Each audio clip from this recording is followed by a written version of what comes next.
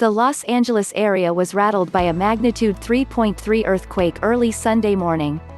The quake was centered about 1 mile northwest of Chatsworth, a neighborhood in the San Fernando Valley, according to the U.S. Geological Survey.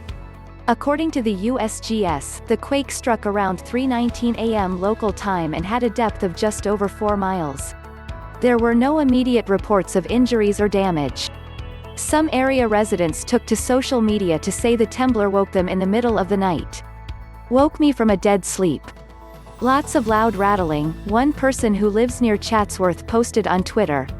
"I felt it also in Studio City," another person wrote. It seemed like several earthquakes in quick succession.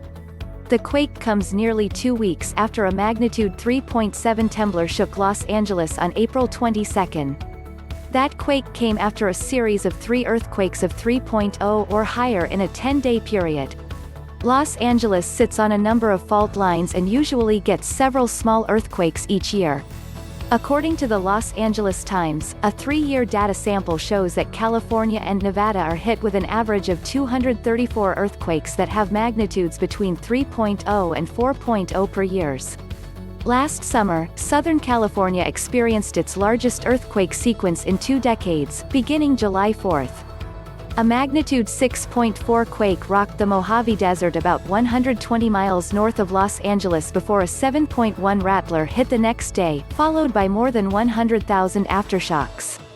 A study released in October from the California Institute of Technology and NASA's Jet Propulsion Laboratory found that the Garlic Fault, which runs east to west for 185 miles from the San Andreas Fault to Death Valley, started to move for the first time in 500 years after the series of quakes. California has the nation's first earthquake early warning system. Ground sensors from across the state detect earthquakes before humans can feel them, giving people warnings seconds before the shaking starts.